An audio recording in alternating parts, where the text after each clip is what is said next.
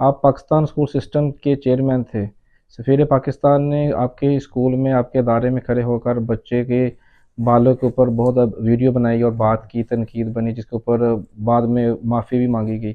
آپ کو نہیں لگتا کہ سفیر پاکستان کو اتنا زیادہ انوالو نہیں ہونا چاہیے تھا آپ کے ادارے میں؟ تو اب لگ بھگ جو اس کی ایسٹیمیشن ہے وہ تقریباً آلموسٹ 2.5 سے 3 ملین کے درمیان ہے۔ آپ کا چائنا جانا ٹرپ کیوں پلان ہوا؟ فائدہ کتنا ہوا اور اسے نقصان کتنا ہوا؟ تو بچوں کے لیے بڑا اچھا ہے جی۔ ایک اچھا آپ دیکھیں کہ ابھی اسکول کے اندر کتنی زیادہ میسو ڈیولپمنٹس ہوئی ہیں، جس کا اعتراف عمان گورنمنٹ بھی کرتی ہے اور ہر بندہ کرتا ہے جو جن کے بچے پڑھتے ہیں۔ میں جہاں تک آپ کو جانتا ہوں، آپ کو ہمیشہ پولائٹ دیکھا ہے اور کبھی ایسے منفی سرگرمیوں میں کبھی بھی آپ کو نہیں دیکھا، کوئی بری عادت بھی نہیں دیکھی۔ لیکن جیسے ہی آپ چیئرمین بنے ہیں، آپ کے اوپر ان گنت کیسز، بہت ساروں کا ذکر تو میرے پچھلے انٹرویو میں ہمارے امبیسڈر صاحب بھی کر چکے ہیں، آپ کے سارے جی، اوپر لاگت ہوئے۔ ایسا کیوں ہے؟ کیسز کی بات کی، جب آپ کسی عہدے پہ آتے ہیں جی تو اس وقت ہر طرح کے لوگ آپ کو ملتے ہیں۔ کچھ آپ سے محبت کرتے ہیں اور کچھ آپ سے جو ہے وہ شاید خوش نہیں ہوتے۔ جب آپ ان کی ہر ایک کو راضی نہیں رکھ سکتے تو وہ پھر بعد میں آپ کے لیے مسائل پیدا ہوتے ہیں۔ تو جب آپ بالکل کلین ہیں، صاف ہیں، آپ ایک ٹرانسپیرنٹ طریقے سے چل رہے ہیں، تو یہ بھی زندگی کا ایک حصہ ہے، یہ پیپل مینجمنٹ میں آتا ہے جی، کہ جب آپ کسی ادارے میں بیٹھتے ہیں تو آپ کو چیلنجز ہوتے ہیں۔ تو یہ بھی ایک میرے خیال سے ایک لائف کا لرننگ ایکسپیرینس ہوتا ہے جی، کہ اس میں آپ کی شاید مزید گرومنگ ہوتی ہے۔ صحیح ہے۔ تو وہ بھی وقت کے ساتھ ساتھ معاملات چلتے ہیں، لیکن الحمدللہ وہ سب ختم ہو گئے جی۔ وہ بے بنیاد چیزیں تھیں اور بے بنیاد چیزیں جو ہیں وہ خود ہی دم توڑ جاتی ہیں۔ کہتے ہیں کہ علم حاصل کرو خواہ تمہیں چین جانا پڑے۔ آپ فرنیچر لینے کے لیے چین تو چلے گئے، جی لیکن یہاں پر ایک نئے جو ہے نا موضوع کو جنم دے دیا۔ آپ کا چائنا جانا ٹرپ کیوں پلان ہوا؟ فائدہ کتنا ہوا اور اسے نقصان کتنا ہوا؟ دیکھیں، جب کہتے ہیں نا جی کہ جب آپ کا علاج کیا جاتا ہے تو ہمیشہ وہ تکلیف دہ ہوتا ہے۔ جب بھی آپ ریفارمز کی بات کرتے ہیں تو آپ پر انگلیاں ہمیشہ سے اٹھتی ہیں۔ وہ دنیا میں آپ کہیں بھی دیکھ لیں، پاکستان میں دیکھ لیں، کسی بھی ملک میں دیکھ لیں، جو بھی آپ اچھا کام کریں گے، نیا پروجیکٹ کریں گے، ریفارمز کریں گے، 20 لوگ اگر آپ سے خوش ہوں گے تو 5 جو ہے وہ پیچھے ضرور آپ کے جو ہے نا وہ انگلیاں اٹھائیں گے۔ جیسے بھی آپ نے انڈین کمپنی کی بات کی، ریفارم کی، جی چائنا سے فرنیچر لانا کوئی اتنا بڑا ایشو نہیں تھا۔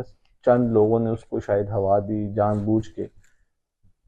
ساری چیزیں، ساری ابھی پوری دنیا کی ہر چیز امپورٹ ایکسپورٹ چائنا سے ہوتی ہے، ایون کہ جو امریکن کمپنیز ہیں ان کی بھی۔ تو اسکول کا جو فرنیچر ہے اس کی حالت بہت بری تھی، ہر سال مینٹیننس پہ ہزاروں ریال اس کے ویسٹ ہوتے تھے، اور وہ لکڑی کا پرانے زمانے کا فرنیچر تھا۔ 5-6 گھنٹے بچوں کے لیے بیٹھنا بڑا مشکل ہوتا تھا۔ تو ہم نے یہ ڈیسائیڈ کیا بورڈ نے کہ اسکول کا فرنیچر بھی ہم چینج کریں، تاکہ کمفرٹیبل بچہ چیئر پہ بیٹھ سکے، جو واقعی اچھے اداروں میں جس طرح کا فرنیچر ہوتا ہے۔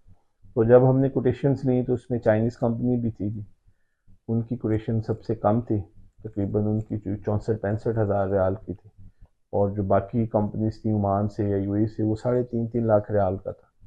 تو لکیلی چائنیز امبیسڈر کے تھرو گورنمنٹ چائنا نے ہمیں اس کو ریکمینڈ کیا کہ یہ جو گروپ ہے یہ ایجوکیشنل پرپز کے لیے ہی فرنیچر بناتا ہے، اور چائنیز گورنمنٹ اور مڈل ایسٹ کے بڑے جتنے بھی انٹرنیشنل سکولز ہیں وہ سب ان سے فرنیچر خریدتے ہیں۔ ان کی عمان کی جو منسٹری ایجوکیشن ہے وہ بھی سعودی عرب کی، تو اس لیے ہم نے وہاں سے لیا، جو جس کی کوالٹی بہت اچھی تھی، اس کی پرائس جو ہے وہ یہاں کے لوکل اور یو ای سے بہت کم تھی۔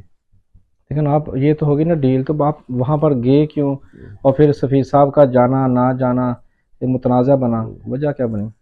سفیر صاحب کے دیکھیں، میں ان کی ایک اپنے بھی معاملات ہوتے ہیں، وہ سفر کرتے ہیں، تو وہ چائنا بھی تھے، ان سے ہماری ملاقات ہوئی، اور ہم نے جو چائنیز کمپنی سے کہا کہ آپ ہمیں سیمپل بھیجیں، اس پہ اتنی کاسٹ آ رہی تھی ان کے سیمپل بھیجنے پہ، جتنے جا کے ہم خود وزٹ کیا پھر ہم نے، تو ہم نے ڈیسائیڈ کیا کہ ہم ایک سے زیادہ کمپنیز کو وزٹ کریں گے، جہاں سے ہمیں اچھا ملے گا وہیں سے پرچیز کریں گے۔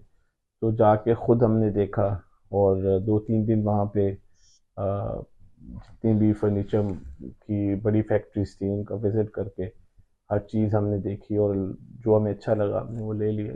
صحیح ہے. جب لوگ آپ کے اوپر کیچڑ اچھالتے ہیں، الزامات کی بچھار کرتے ہیں، کیسے آپ ان کو ٹیکل کرتے ہیں؟ وہ اپنا کام کرتے ہیں یا ہم اپنا کام کرتے ہیں، کوئی بات آپ خاموشی اختیار نہیں. ہاں کرتے جی. ہیں؟ وہ جو بھی ان کو اچھا لگے وہ کریں، وہ اپنی ان اعمال کے جواب دیں ہیں دنیا میں بھی اور آخرت میں بھی. صحیح ہے. باقی ہم اپنا کام کر رہے ہیں جی انشاءاللہ. ظاہر سی بات ہے، دور جدت کی طرف جا رہا ہے. اساتذہ کی جدت کے لحاظ سے تربیت کا ہونا بہت ضروری ہے. اس والے سے آپ نے کیا کیا اقدامات کیے ہوئے ہیں؟ میں نے ابھی آپ سے کہا کہ ہمارا برٹش اسکول سے ایگریمنٹ ہوا ہے ٹیچرس ٹریننگ پہ، ایتھیکل ٹریننگ پہ، پروفیشنل ٹریننگ پہ. آئی ڈی پی کے ساتھ ہمارا ایگریمنٹ ہو رہا ہے جو برٹش کونسل ہے ان کے ساتھ، بلکہ کیمبرج خود آ کے ہمارے ٹیچرز کو فیس ٹو فیس ٹریننگ کروا رہے ہیں. تو ماشاء اللہ. جدت اسی وقت آتی ہے کہ جب آپ اپنے ٹیچرز کو جو اس صدی کے جو سکلز ہیں، ٹیچنگ سکلز ہیں، وہ آپ ان کو سکھائیں. تو ان پہ ہم کام کرتے ہیں، اپنے ٹیچرز کو اپ گریڈ کر رہے ہیں، ان کی ٹریننگز پہ کام کافی چل رہا ہے. انشاءاللہ ہمارے ٹیچر محنتی ہیں جی، انہوں نے بڑی محنت کی ہے. کووڈ میں بڑا انہوں نے جان ماری تھی، پورا سسٹم آن لائن ہو گیا تھا، ان کو پتہ نہیں تھا. اب تو ہمارے پاس پورے سسٹم میں ایڈوانس ٹیکنالوجی ہے، ہر کلاس روم میں اسمارٹ بورڈز ہیں. تو انہوں نے وہ سیکھ لی ہے الحمدللہ، وہ ٹرین ہو رہے. جو کمی کوتاہی ہے وہ بھی انشاءاللہ کچھ عرصے میں آپ کو نظر آئے گا کہ اکیڈیمکس بھی بڑی امپروو ہوئی ہیں اسکول کی. یہ جو ڈیجیٹل بورڈز کا آپ نے جو سسٹم شروع کیا ہے تمام اسکولوں میں، میں پہلے بھی ویڈیوز اور فوٹوز اپلوڈ کر چکا ہوں سوشل میڈیا کے اوپر، جس کو کافی سراہا جا رہا ہے کمیونٹی کی جانب سے. کیسے خیال آیا؟ دنیا بڑی ایڈوانس ہو رہی ہے جی، اور جو وائٹ بورڈز ہیں یا بلیک بورڈز ہمارے زمانے میں ہوتے تھے، اب وہ چیزیں اتنی اٹریکٹیو بچوں کے لیے نہیں رہیں.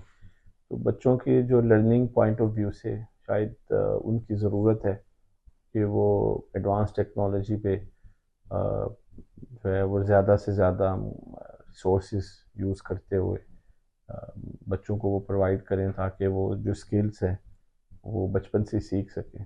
صحیح ہے. تو اس کا بڑا فائدہ ہوا.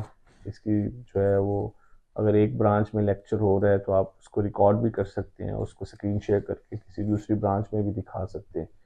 اور بچے بڑا خوش ہوتے ہیں جب وہ یوز کرتے ہیں، اپنے فنگر سے لکھتے ہیں اور فوراً سے وہ انٹرنیٹ کنیکٹڈ ہوتے ہیں. تو سائنس سبجیکٹ میں بڑا ان کے لیے آسانی رہتی ہے کیونکہ وہ ایجوکیشنل پرپز کے لیے بنائے گئے ہیں. بالکل صحیح ہے. مبیلہ اسکول جس طرح آپ نے دیگر کاموں کا ذکر کیا، فرنیچر کو آپریٹ کرنا بہت ضروری تھا. منفی باتیں کرنا اور مثبت باتوں کا ہونا یہ ایک فطرتی عمل ہے، لیکن فرنیچر کا آپریٹ ہونا بہت ضروری تھا.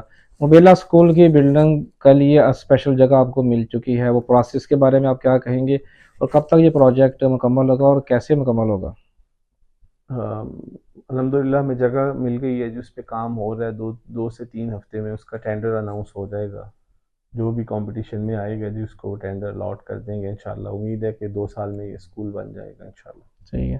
آپ نے اس میں کہا ہے کہ 5 ملین تک کا جو ہے نا وہ خرچہ آئے گا، جی. کیسے یہ سب مینج ہوگا اور کون اس کرے گا؟ کا جو ایک انیشل جب اس کا کنسلٹنٹ نے اپنا ایک ایسٹیمیٹ دیا تھا وہ 5 ملین کا تھا جی. لیکن بعد میں جب ہماری ان سے مزید بات چیت ہوئی، چونکہ ہم نے اپنے فائنینسز بھی دیکھنے تھے، کافی چیزیں ہم نے اس میں کم کی ہیں، لیکن کوئی ایسی چیز پر کمپرومائز نہیں کیا کہ اس کے جو انٹرنیشنل انسٹیٹیوشن کی جو بیسک چیزیں ہیں اس پر کوئی کمپرومائز ہو. تو اب لگ بھگ جو اس کی ایسٹیمیشن ہے وہ تقریباً آلموسٹ 2.5 سے 3 ملین کے درمیان ہے. اچھا. وہ کاسٹ اس کی بہت کم کی ہے. جی جی. اس میں سے انشاءاللہ کوشش کریں گے کہ ہم اپنے ہی بل بوتے پہ اس کو بنائیں لیکن اگر ضرورت پڑی تو ہم بینک بھی تیار ہے کہ ہمیں فائنانس کرنے کے لیے. ماشاء اللہ. آپ کے مستقبل میں کون سے ایسے پلان ہیں جو لسٹ میں چل رہے ہیں یا اپنے اگلے اسٹینڈرڈ کو پورا کرنے سے پہلے آپ مکمل کریں گے؟ انشاءاللہ ہمارا پلان ہے جی کہ یہ اویلا school as soon as possible start ہو اور یہ 17-18 ماہ میں کمپلیٹ ہو.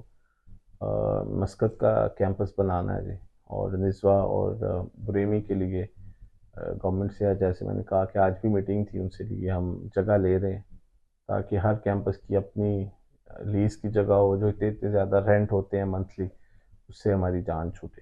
صحیح ہے. سفیر پاکستان چودھری عمران علی صاحب سے انٹرویو میں جب میں نے بات کی تھی کہ اب اسکول سسٹم کے حوالے سے، تو انہوں نے کہا تھا کہ انہوں نے کچھ بھی نہیں کیا،